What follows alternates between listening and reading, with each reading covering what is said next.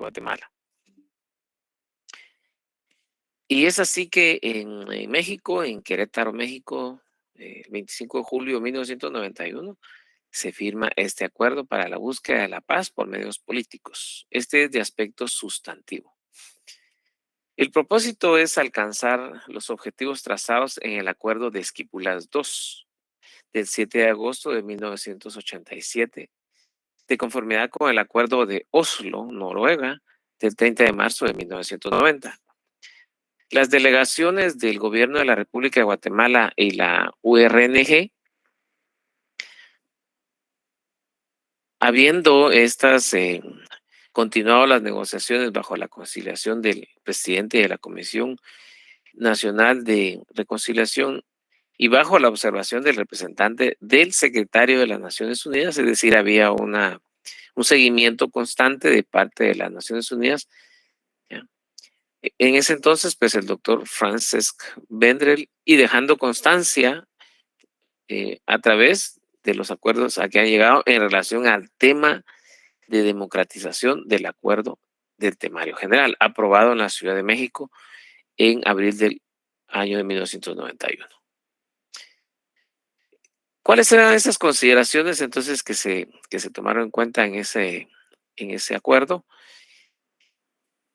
Se consideraba que las fuerzas políticas y los diversos sectores que conforman la sociedad guatemalteca se han manifestado, por supuesto, para conseguir la paz, ¿ya? Que prevalezca precisamente esa paz, que la democracia se empiece a desarrollar y, por supuesto, la participación popular y, por ende, la justicia social.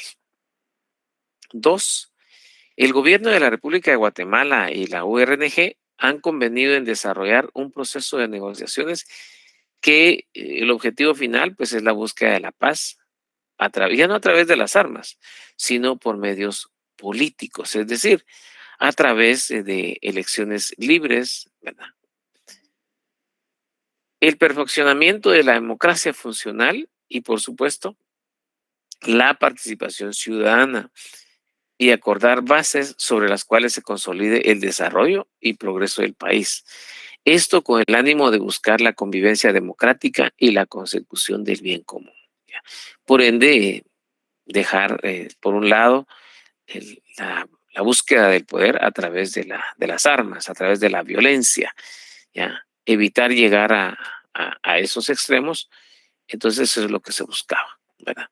Sino que se hiciera a través de la participación ciudadana. Número 3, el tratamiento del tema de la democratización permite construir el marco general que inscriba de manera coherente los demás temas que señalados para el proceso de negociaciones. Eso permitía, ¿verdad? Número 4, Guatemala requiere de medidas que aseguren el desenvolvimiento de esa democratización en lo político, en lo económico, en lo social y en lo cultural, en esos 4 aspectos, ¿verdad? El gobierno de la República de Guatemala reconoce su responsabilidad de aplicar medidas que respondan a los intereses de la población en general y, por supuesto, que aseguren la democratización del país. Número 5, los procedimientos y los acuerdos resultantes de la discusión del temario general que fueron aprobados en México son fundamentales para el proceso de perfeccionamiento de la democracia funcional y participativa, por lo que el conciliador debe informar del contenido de los mismos al pueblo de Guatemala de manera objetiva y equitativa, es decir, se debía poner en conocimiento de la población en general. Número 6, los acuerdos políticos a que lleguen el gobierno de la República de Guatemala y la URNG deben reflejar, y ojo con eso, las legítimas aspiraciones de todos los guatemaltecos. ¿Ya? Eso debía reflejar. Eran las consideraciones que ellos tenían en la 6ª consideración, ¿verdad?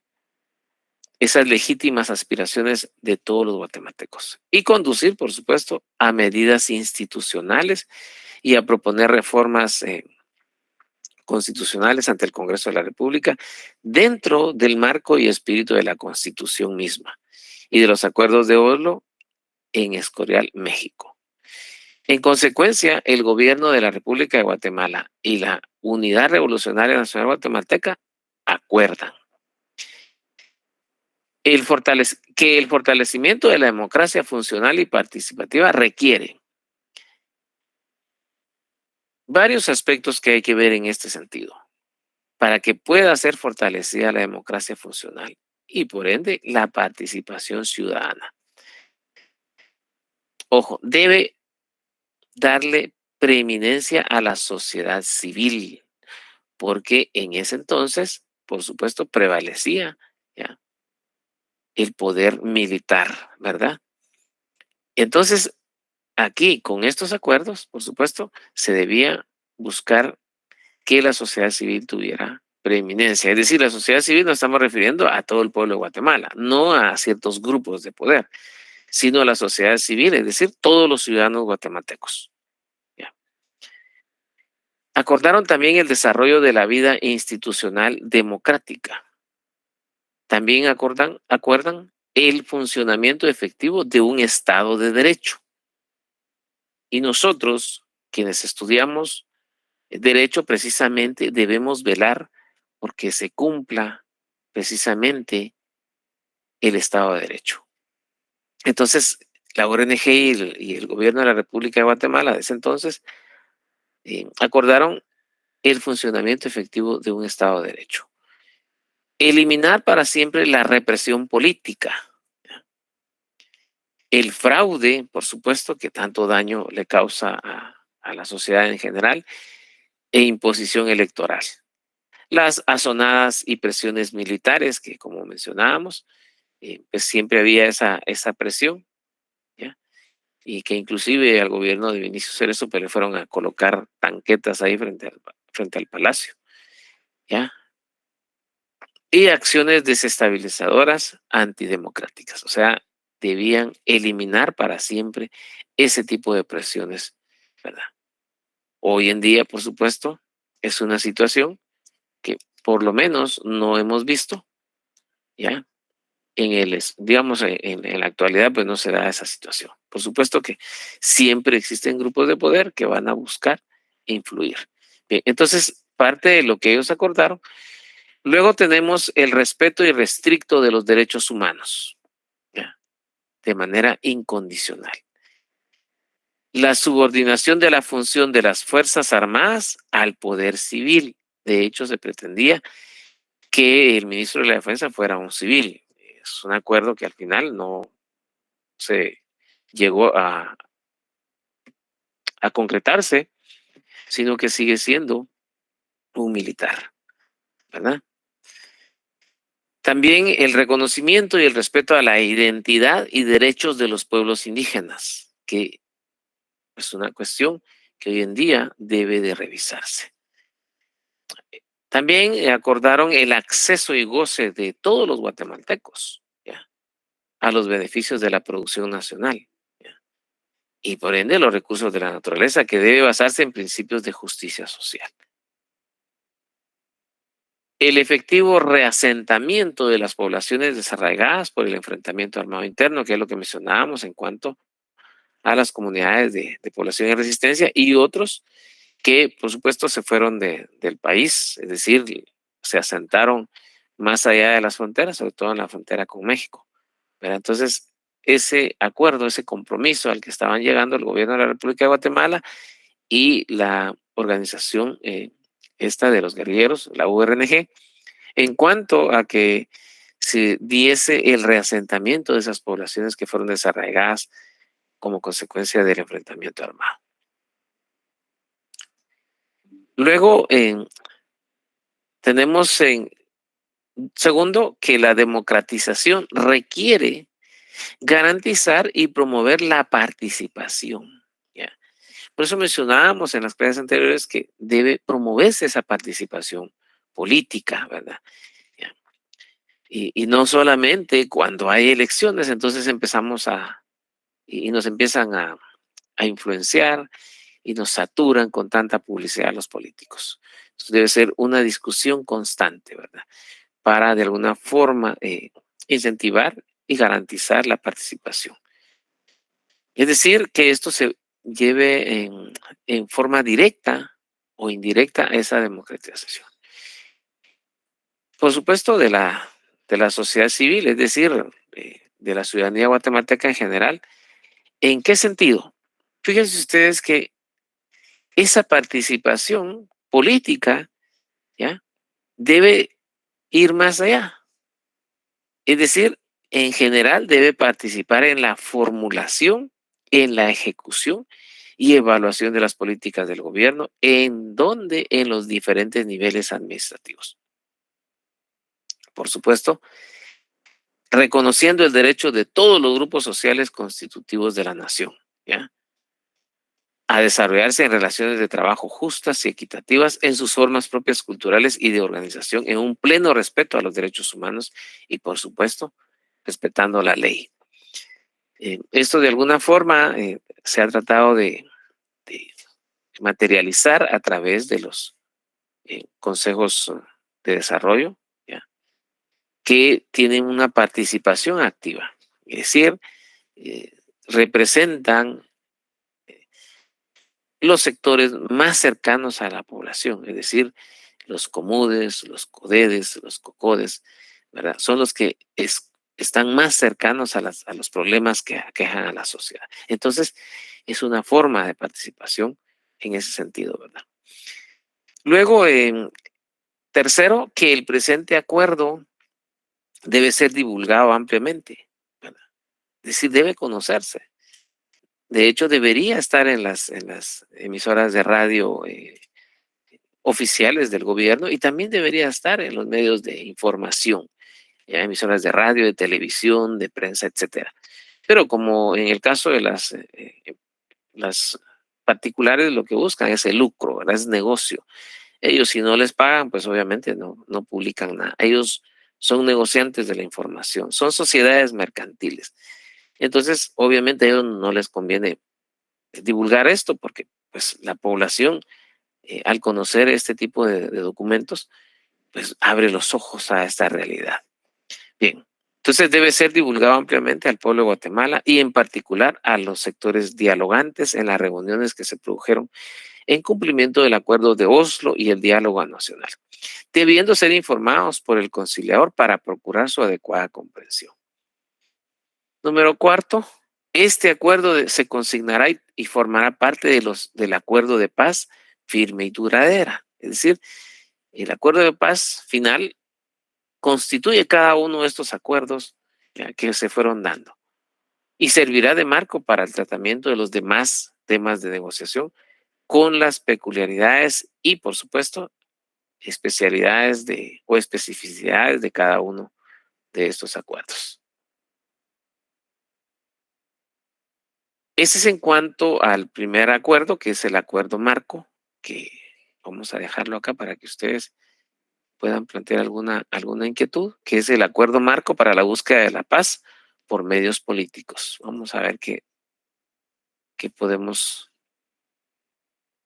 comentar al respecto. Ustedes me dicen, ¿qué análisis podemos hacer con relación a esto? ¿Qué tanto hemos avanzado? El cuestionamiento es, ¿será que en alguna medida se ha cumplido o no?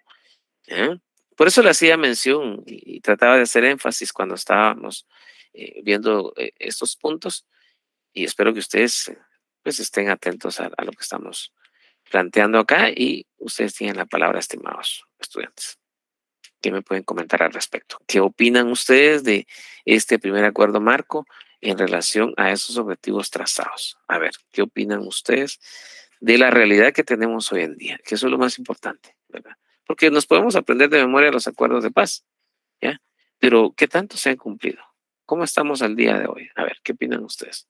No se retiren, yo veo que algunos se salen de la reunión, pero entiendo que es por cuestiones de internet que hay a veces un poquito de baja en la señal y tiende a, yo por eso trato de quedarme con pocos documentos acá en mi computador para evitar que se sobrecargue, ¿verdad? Inclusive a veces quito la imagen para evitar que se sobrecargue. Bien, ustedes tienen la palabra.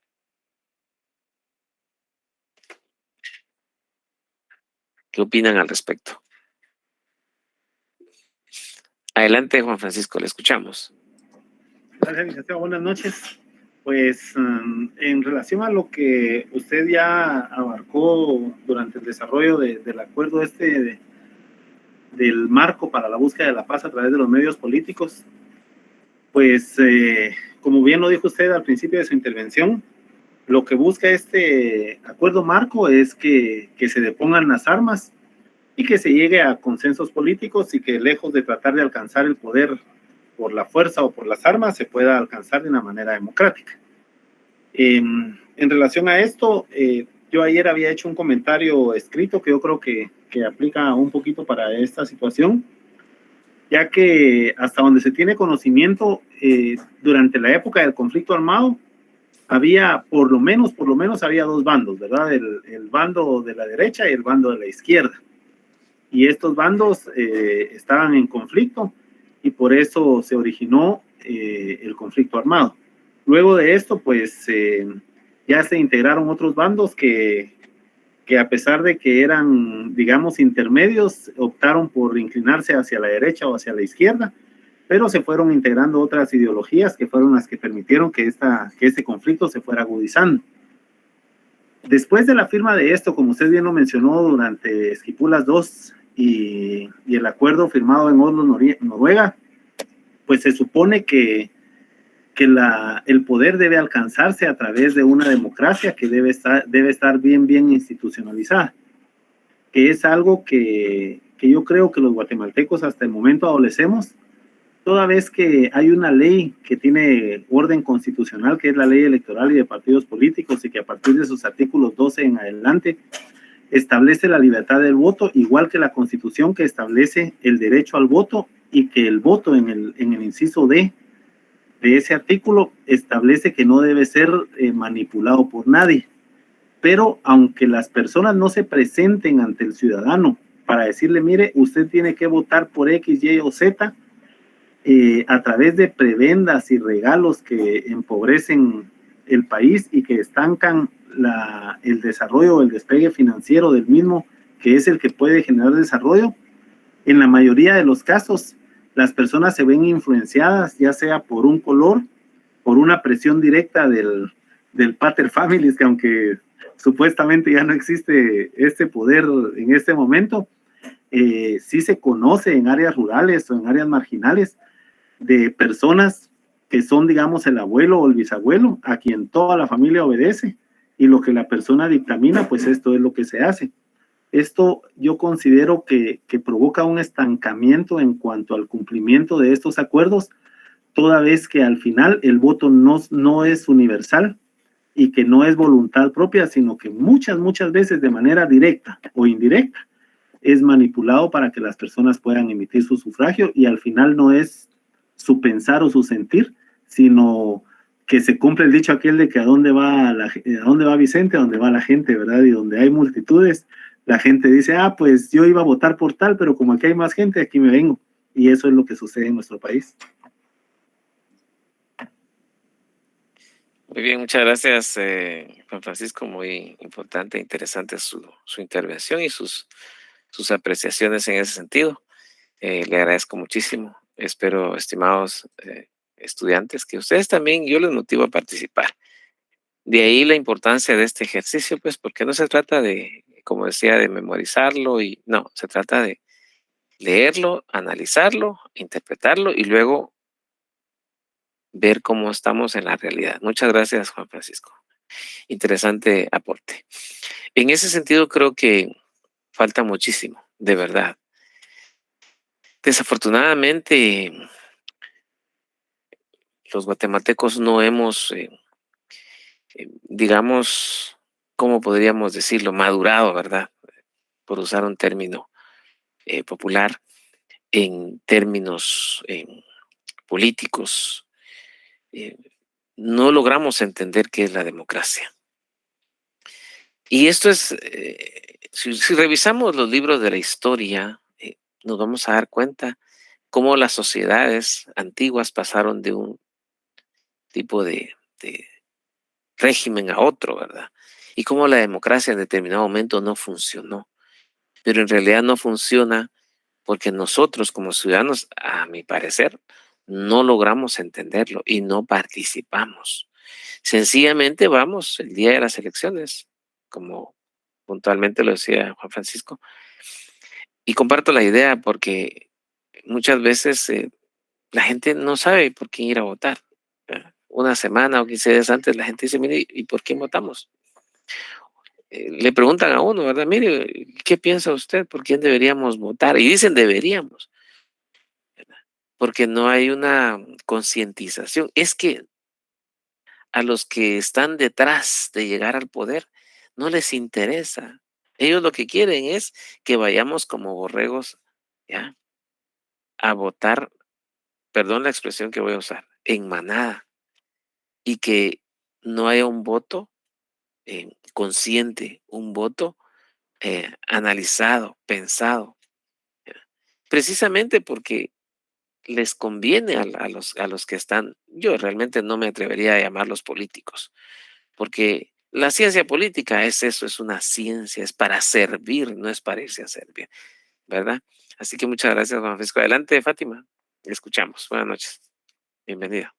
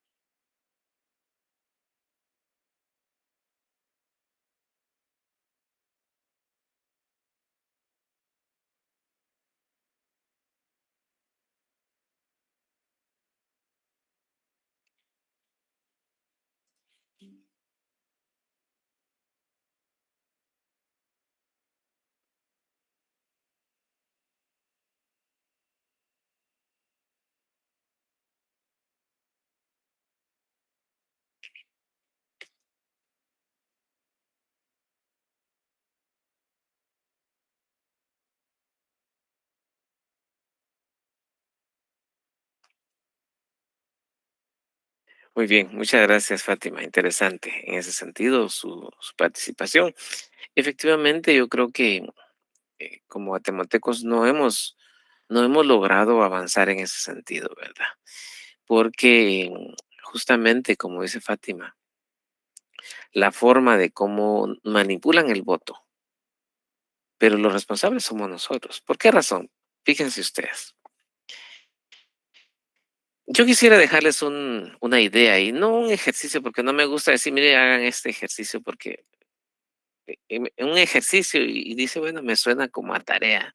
Una tarea me suena como, qué pesado hacer tareas. Entonces, eh, yo los invito a la reflexión. Haga un ejercicio mental, digámoslo así. Analicen el discurso de quienes salen en los medios de información.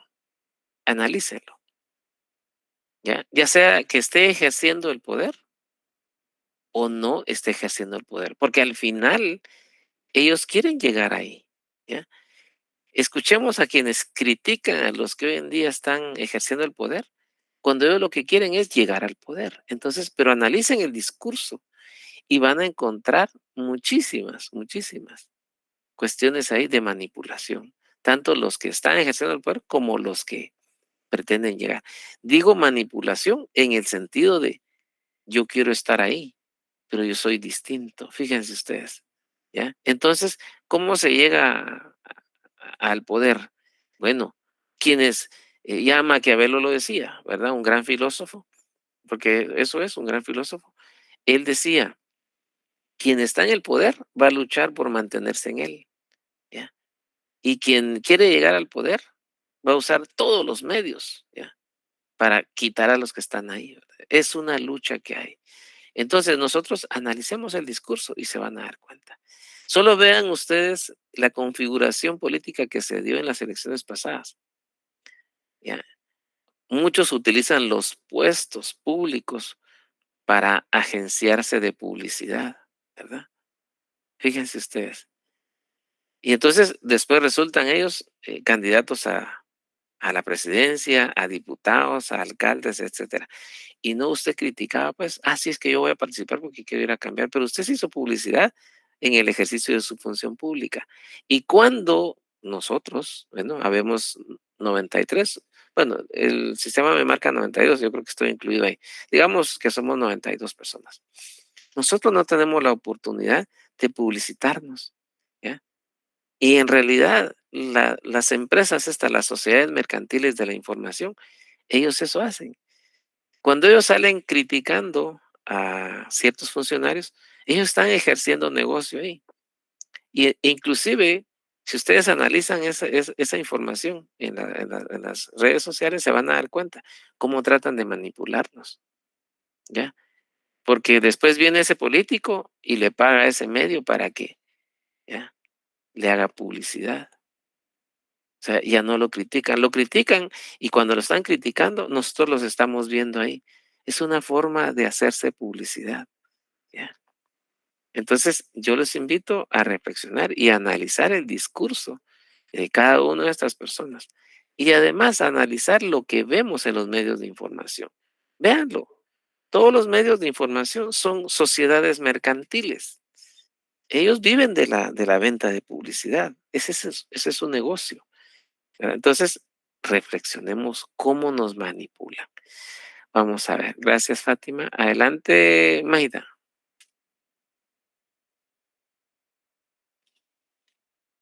Buenas noches, licenciado. Sí, algo sobre lo que al respecto que decían los compañeros. Uno puede ir a votar, pero mira los planes de trabajo, ¿verdad? De los candidatos. Pero lastimosamente ya al llegar, ya el plan de trabajo ya no lo llevan a cabo como lo expusieron en propaganda, ¿verdad? Y ese es un problema serio porque igual manipulan de esa forma, pero o sea, no hacen nada y dejan sus obras, entre comillas, ¿verdad? Grandes, ya al final, faltando un año tal vez para las otras elecciones, para que digan, él está haciendo esto, hizo tal obra, pero sin saber de que eso lo utilizan ya para poder hacerse propaganda, para reelegirse otra vez. Yo lo he visto en muchas administraciones municipales, ¿verdad? Que eso hacen y ya eh, vi pues esa estrategia que utilizan. Lastimosamente hasta, bueno, en mi caso pues ya personas, ya nosotros como adultos iniciando ser profesionales, uno puede caer en esas mentiras, ¿verdad? Pero lastimosamente ya así está el sistema político en Guatemala, que solo es de tener cuidado. Y una pregunta, licenciado, ¿usted qué cree? ¿Es importante votar o, o sea, elegir o hacerlo un voto nulo? ¿Qué cree usted? Muy bien, muchas gracias, Maida. Interesante su alocución.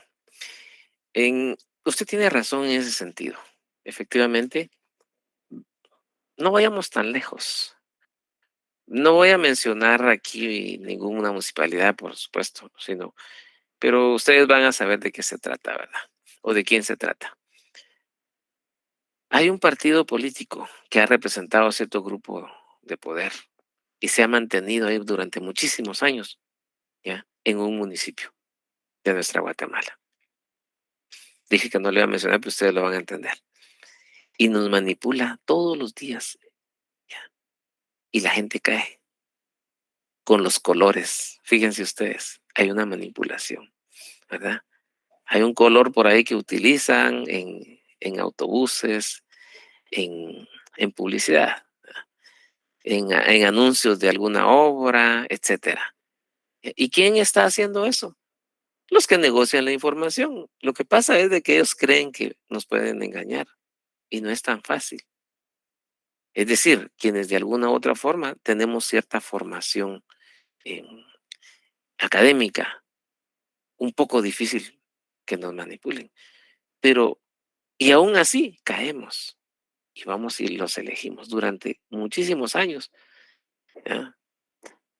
No ha podido hacerse un cambio en ese municipio en cuanto a las autoridades. ¿Por qué? Porque ahí hay mucha manipulación, ¿verdad?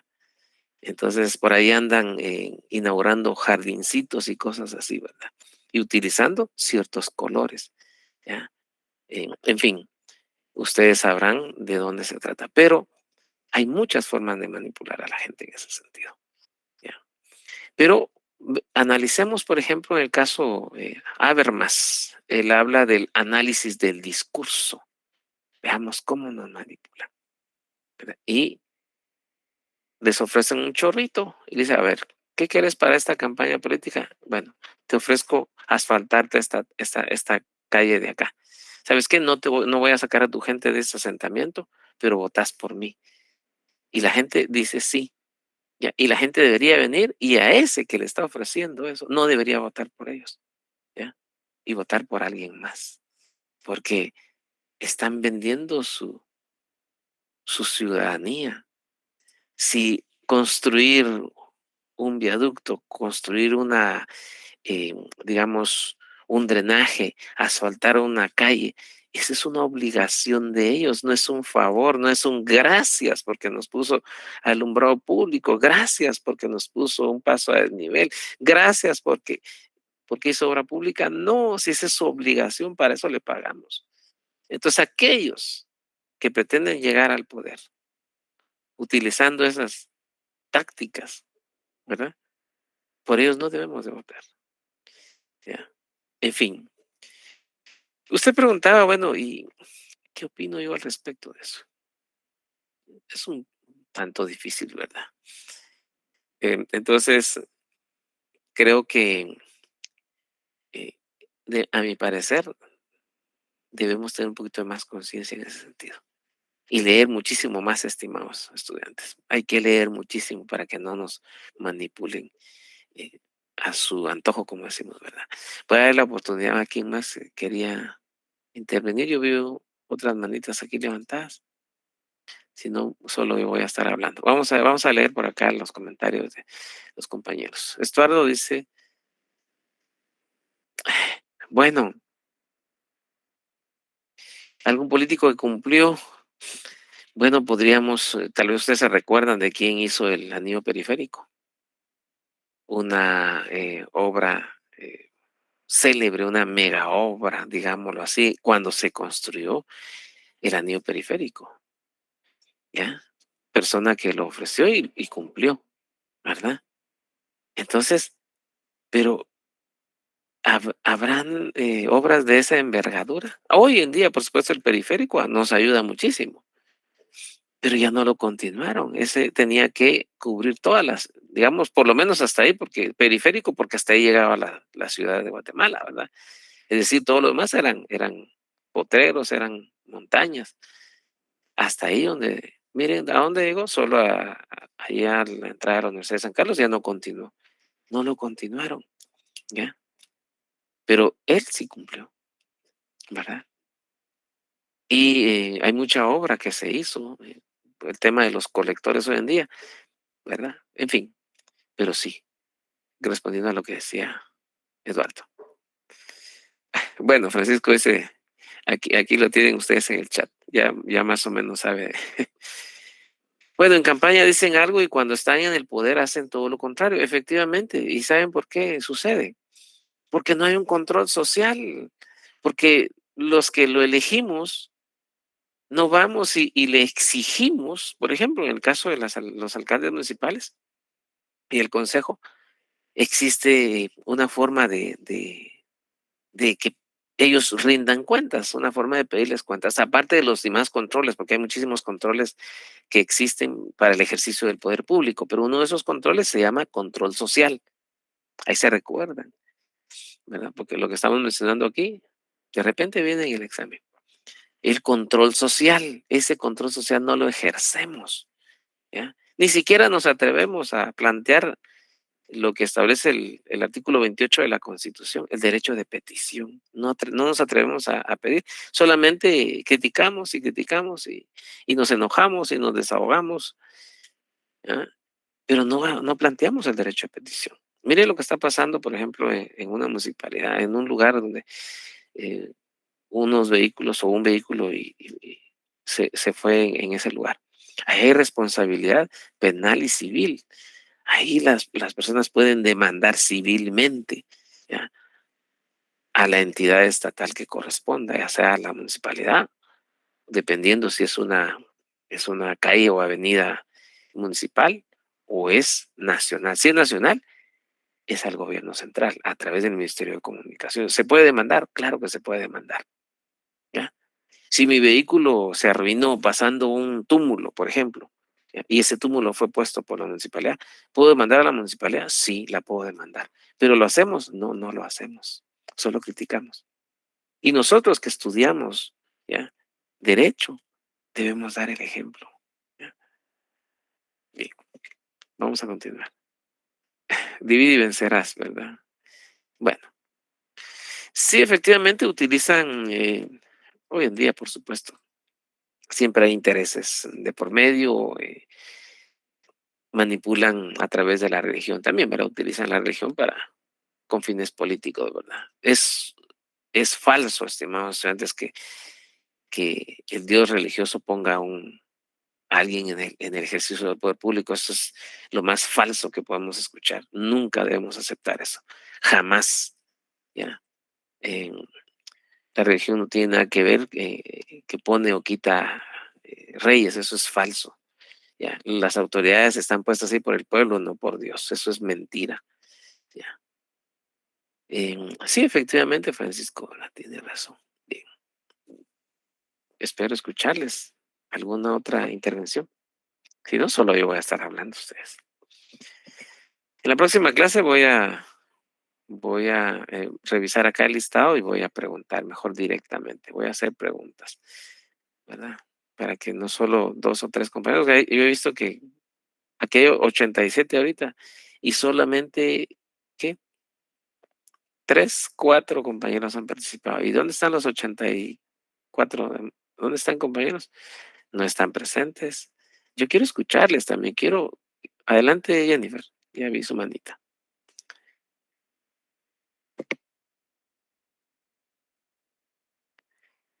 Te escuchamos, Jennifer. Gracias, licenciado. Pues yo considero que así como usted decía en este municipio de Villanueva, que las personas pueden demandar por lo que sucedió, creo que lo que pasa mucho es la falta de información y la falta de conocimientos de estos procesos. Creo que, por ejemplo, hablo de mi municipio, San Antonio de Aguascalientes. Puedo decir que la mayoría de sanantoñeros desconocen de las leyes que rigen el gobierno municipal, entonces se dejan llevar por otro tipo de cuestiones. Creo que hay compañeros de San Antonio acá, pero no me dejarán mentir. Por ejemplo, a mí la verdad es de que sí me entristece la manera en la que ahorita, aunque sea prohibido ya la campaña política, pues con el pasado 14 de septiembre se vieron diferentes partidos que todos lo que hicieron fue llevar a las personas a diferentes puntos del país a traer antorcha, ¿verdad? Entonces creo que están manejando esta forma de política en lo mismo, de dar sin concientizar, sin educar, sin que sea un voto analizado y pensado en algo que de verdad beneficie el bien común y que traiga desarrollo al municipio, ¿verdad? No solo un momento de recreación, no solo una pequeña cantidad de dinero que ni para una semana les va a alcanzar. Entonces es muy difícil, creo yo, el educar a una población que campaña tras campaña solo espera quién da más o quién llegó a su puerto a ofrecer una cantidad de dinero por su voto.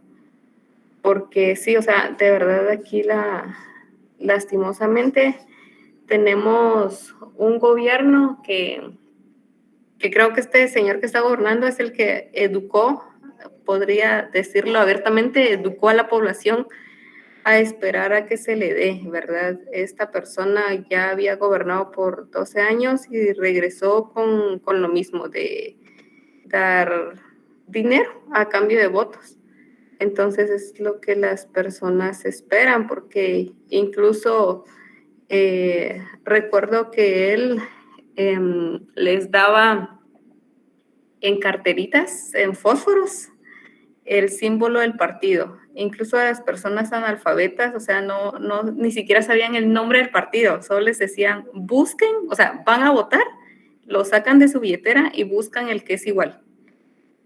Las personas votaban parejo en todas las papeletas. Entonces, es muy triste. Yo espero que en estas elecciones, donde ya la mayoría de votantes van a ser más jóvenes, espero de verdad que sean conscientes y busquen educarse para tener un gobierno diferente, ¿verdad? Muchas gracias, Jennifer. Interesante su propuesta. Creo que hemos fallado ahí nosotros, en cierta forma. eh, Debemos aportar, de verdad, debemos aportar. Porque nosotros tenemos la oportunidad, ¿ya? Afortunadamente, digámoslo así, de llegar a estudiar en la universidad, ¿ya? O tener esa posibilidad. Hay mucha gente que no la tiene. Entonces, es una enorme responsabilidad que descansa sobre nuestros hombros y de enseñar a todos, ¿verdad? Debemos hacerlo en nuestra familia, en, en nuestro vecindario. Debemos involucrarnos, de verdad, hagámoslo. Es cierto, requiere de inversión, pero yo en lo personal les puedo decir que cuando algunos, por ejemplo, eh, directivos de COCODES me han pedido que vaya a darles alguna charla, lo hago con mucho gusto, lo hago. ¿Ya? Inclusive estuve dándoles algunas charlas respecto de la Constitución Política de la República y yo me sentía a gusto, pues, o sea, lo hacía con mucho gusto y de enseñar, ¿verdad? Eso es lo que tenemos que hacer nosotros. Así que, y hay que leer muchísimo, estimados estudiantes, su Constitución, cuando se vayan a descansar, y si se cansan, descansan, pero no se detengan. Tengan su Constitución Política en la cabecera. ¿Ya? Lean unos 2 o 3 artículos antes de irse a dormir. Eso debemos tener ahí. ¿Ya? Y debemos conocerla muy bien. Fíjense que en cuanto a responsabilidad por infracción a la ley, el artículo 155 es claro en ese sentido. ¿Ya? Interesante esto, porque, por ejemplo, si una municipalidad no arregla las avenidas o las calles, ¿podemos demandarlos porque nuestro vehículo se averió? Sí, podemos demandarlo, porque había un bache. Bueno, ¿qué hay que hacer? Documentarlo, tomar fotografía y demandar a la municipalidad. Les aseguro que ellos cambiarían, evitarían que encontráramos baches ahí. ¿Por qué? Porque saben que los vamos a demandar, pero no lo hacemos. ¿Ya? Ahí vamos como que fuera viernes a las 12 de la noche, a ustedes, esquivando los baches. No lo hacemos. ¿Por qué? Porque nos han inculcado demasiado la religión. Dicen, no, allá lo va a pagar, ¿verdad? Aquí haga lo que quiera, allá lo va a pagar. No, aquí tiene que pagarlo. Para eso están las leyes, para eso está la Constitución, ¿verdad? Pero bueno, eh, muy interesante. Vamos a ver. Eh, bueno, Maida dice que la falta que dan a las demandas por ser entes como las municipalidades y Ministerio de Comunicación. Bueno, sí. Adelante, Fátima, adelante. Sí.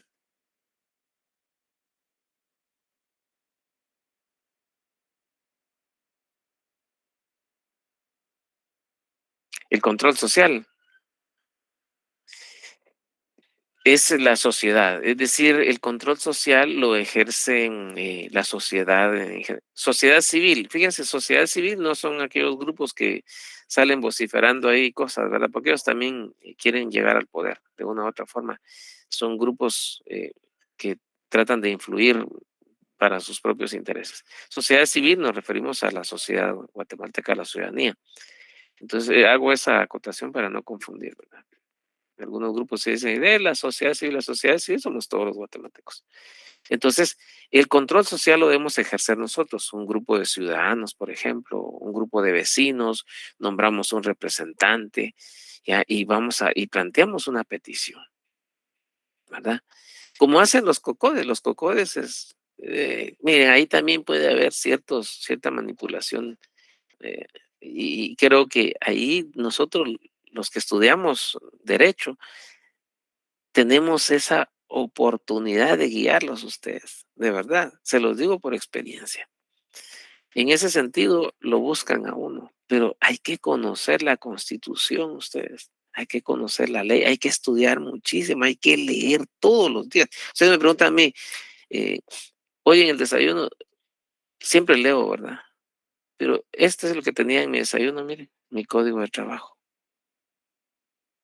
30 artículos analicé hoy en la mañana mientras estaba desayunando, ¿verdad?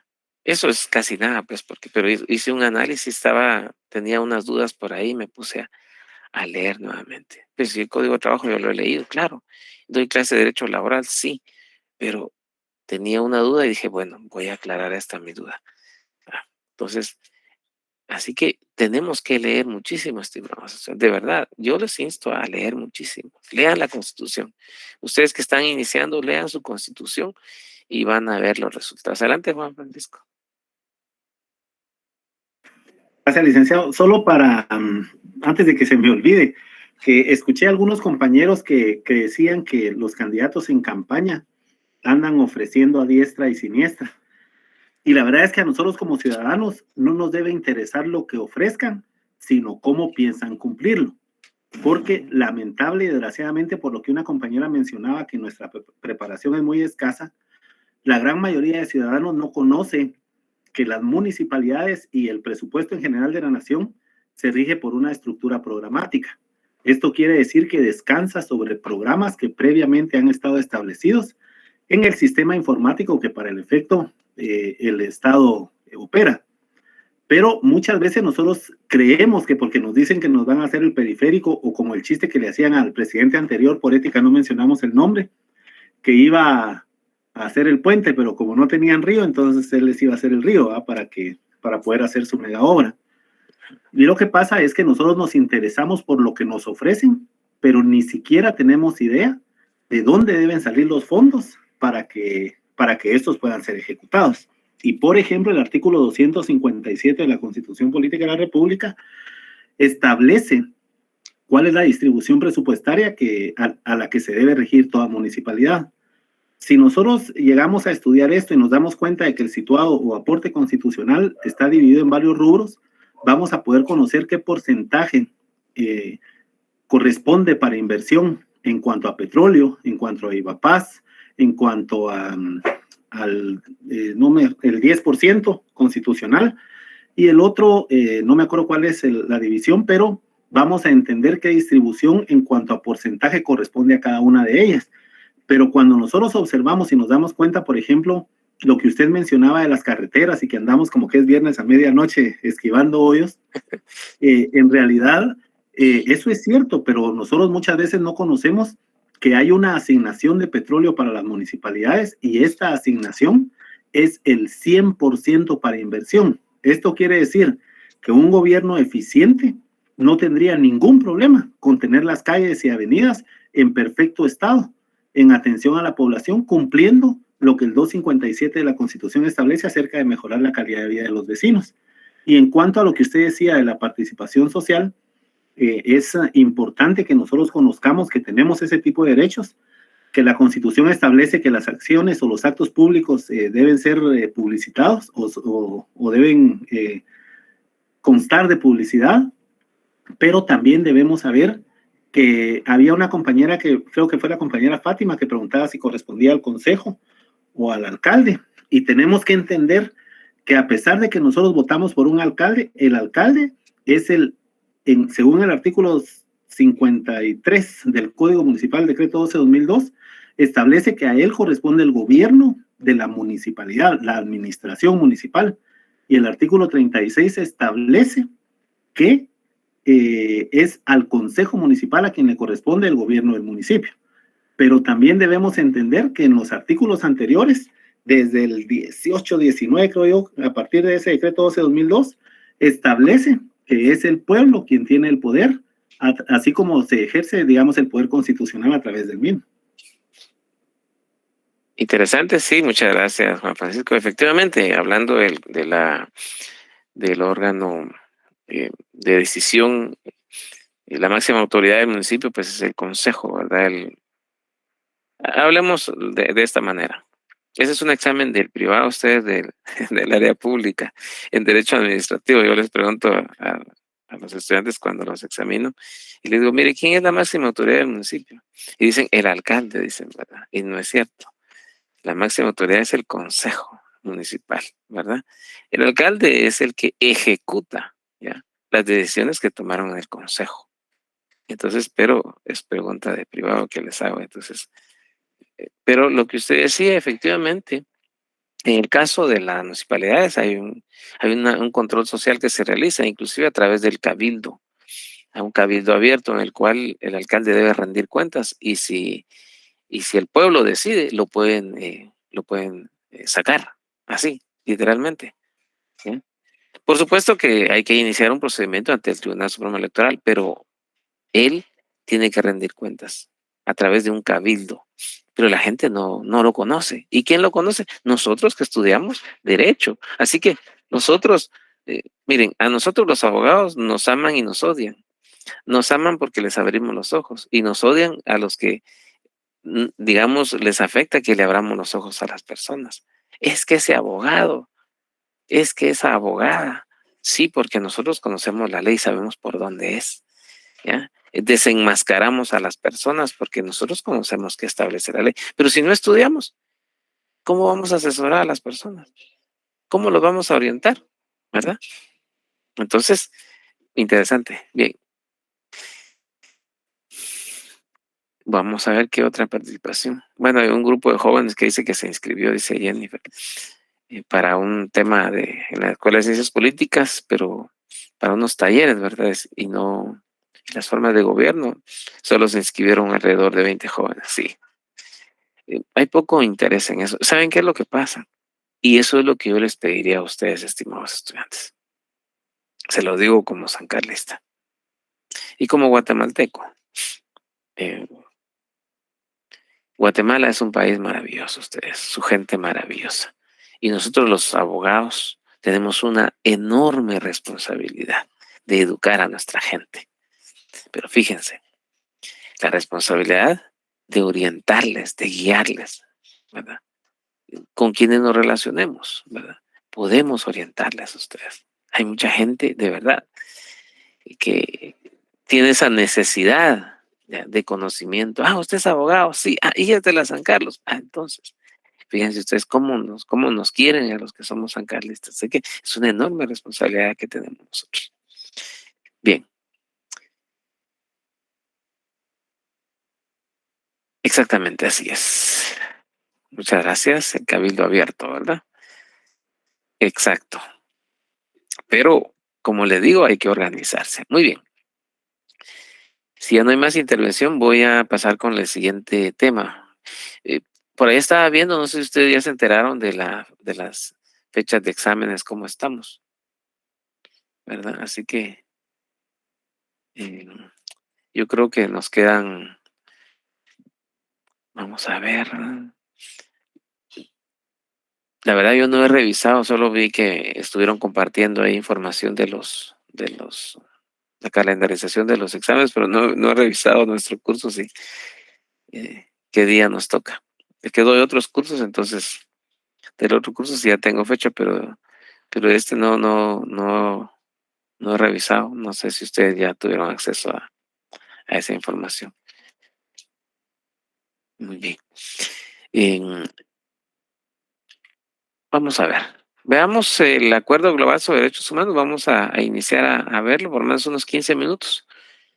Pero yo sé que están cansados que ya recibieron la primera clase y esta es la segunda. Pero bueno, veamos en cuanto al Acuerdo Global sobre Derechos Humanos. ¿A qué se refiere esto?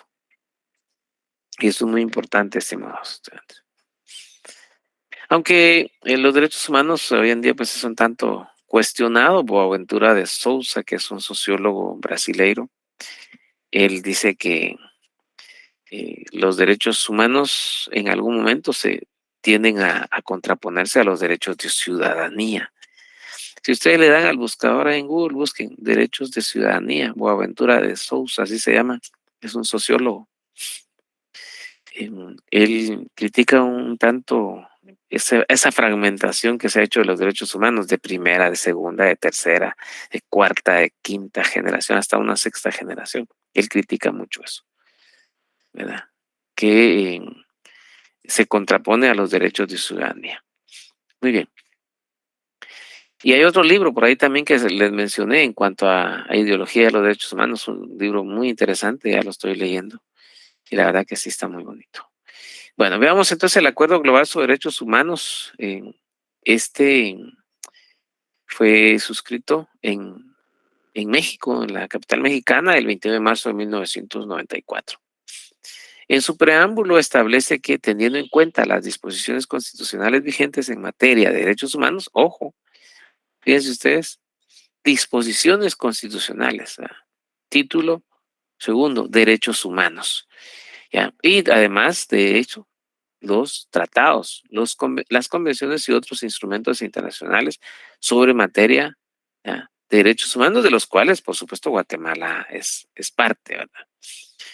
Considerando la voluntad del gobierno de Guatemala y la ORNG para que el Acuerdo de Derechos Humanos y Verificación Internacional se aplique en consonancia con las disposiciones constitucionales y tratados internacionales. También hay que, en este caso, teniendo presente el compromiso del gobierno de Guatemala de respetar y promover los derechos humanos conforme a ese mandato constitucional. ¿Ya vieron? A estudiar la Constitución. Considerando de igual manera que la URNG asume el compromiso de respetar los atributos inherentes a la persona humana y de concurrir al efectivo goce de los derechos humanos.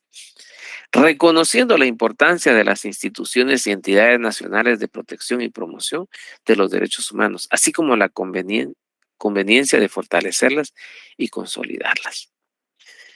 El gobierno de la República de Guatemala y la ORNG, en adelante las partes acuerdan. Bueno, fíjense pues, esto es muy importante, el Acuerdo Global sobre Derechos Humanos, que es el número 2. Esto en realidad debemos estudiarlo detalladamente. Vamos a ver algunos aspectos acá. Y por favor les pido que este documento de 139 páginas hay que leerlo así, despacito. Bien. Compromiso general con los derechos humanos. El gobierno de la República de Guatemala reafirma su adhesión a los principios y normas orientadas a garantizar y proteger la plena observancia de los derechos humanos, así como a la voluntad política de hacerlos respetar. El gobierno de la República de Guatemala continuará impulsando todas aquellas medidas orientadas a promover y perfeccionar las normas y mecanismos de protección de derechos humanos. Cuestión que debemos interrogarnos, ahí abramos un signos de interrogación ahí. Fortalecimiento, el segundo punto, de las instancias de protección de los derechos humanos. O sea, debe buscarse que se fortalezca, ¿verdad?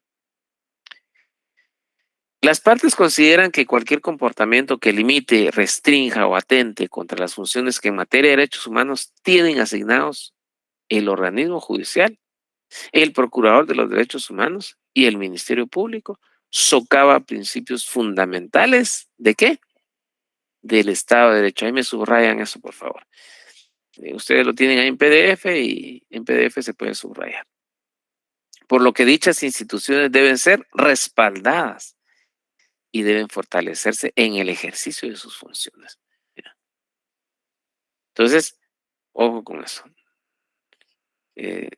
2. En lo que respecta al organismo judicial y al Ministerio Público, el gobierno de la República de Guatemala reitera su voluntad de respetar su autonomía.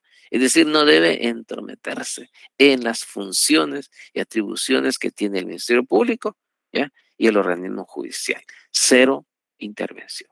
Coordinación, sí, como establece la Constitución. Puede haber coordinación. Lo que no puede haber es injerencia, ¿ya?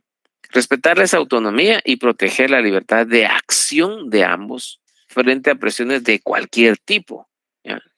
O bien de dónde se originen, no importa, a fin de que gocen de las garantías y medios que requieran para su eficiente actuación. Es importante que en la medida que vamos viendo estos párrafos, ustedes lo analicen, vayan pensando y adecuándolo a la realidad, qué es lo que hacemos, ¿verdad? Trato de detenerme en algunos puntos. 3. En lo referente al Procurador de los Derechos Humanos, el Procurador de los Derechos Humanos nos referimos a la institución, porque así se denomina, se llama Procurador de los Derechos Humanos. No es la persona, ¿ya?, que esté o haya estado, es la entidad como tal. Así se denomina esa, ¿ya?, la institución del Procurador de los Derechos Humanos. ¿Ya? El gobierno de la República de Guatemala continuará apoyando el trabajo del mismo para fortalecer esa institución. ¿Cómo? Respaldando su accionar y promoviendo las reformas normativas que fueren necesarias para el mejor cumplimiento de sus atribuciones y responsabilidades. El gobierno de la República de Guatemala apoyará las iniciativas tendientes a mejorar las condiciones técnicas y materiales con que pueda contar el Procurador de los Derechos Humanos para cumplir con sus tareas de investigación, de vigilancia y seguimiento de la plena vigencia de los derechos humanos en Guatemala. Compromiso contra la impunidad. Las partes coinciden en que deben actuarse con firmeza contra la impunidad. El gobierno no propiciará la adopción de medidas legislativas o de cualquier orden orientadas a impedir el enjuiciamiento y sanción de los responsables de ¿qué? De violaciones de los derechos humanos. No deberá intervenir y debe actuar con firmeza contra la impunidad. El gobierno de la República de Guatemala promoverá ante el organismo legislativo las modificaciones legales necesarias en el Código Penal para tipificar y sancionar como delitos de especial gravedad las desapariciones forzadas o involuntarias, así también las ejecuciones sumarias o extrajudiciales. Asimismo, el gobierno promoverá en la comunidad internacional el reconocimiento de las desapariciones forzadas o involuntarias y de las ejecuciones sumarias o extrajudiciales como delitos de lesa humanidad. Me subrayan eso, por favor. Entonces, vamos a investigar de qué se trata, cuáles son los delitos de lesa humanidad. Es un ejercicio que les dejo ahí. 3. Ningún fuero especial, ojo, o jurisdicción privativa puede escudar la impunidad de las violaciones a los derechos humanos. Bueno, en otras palabras, no se puede crear tribunales, ¿ya?, especiales para juzgar violaciones de los derechos humanos o para esconderlos, para ocultar, ¿ya?, y de esa forma generar impunidad, ¿verdad? Es decir, deben ser los tribunales comunes, es del orden común, es decir, la jurisdicción penal, ¿ya?, y no una jurisdicción privativa, porque en determinado momento puede crearse y eso es lo que se comprometió el gobierno. Bien, lo vamos a dejar hasta ahí, estimados estudiantes. Por favor, les pido que le den lectura y me van subrayando esas partes que les comenté. Si hubiese alguna duda, algún comentario final de esto, y si no, en la próxima clase vamos a ver. Ustedes tienen la palabra en este momento, un par de minutos por lo menos.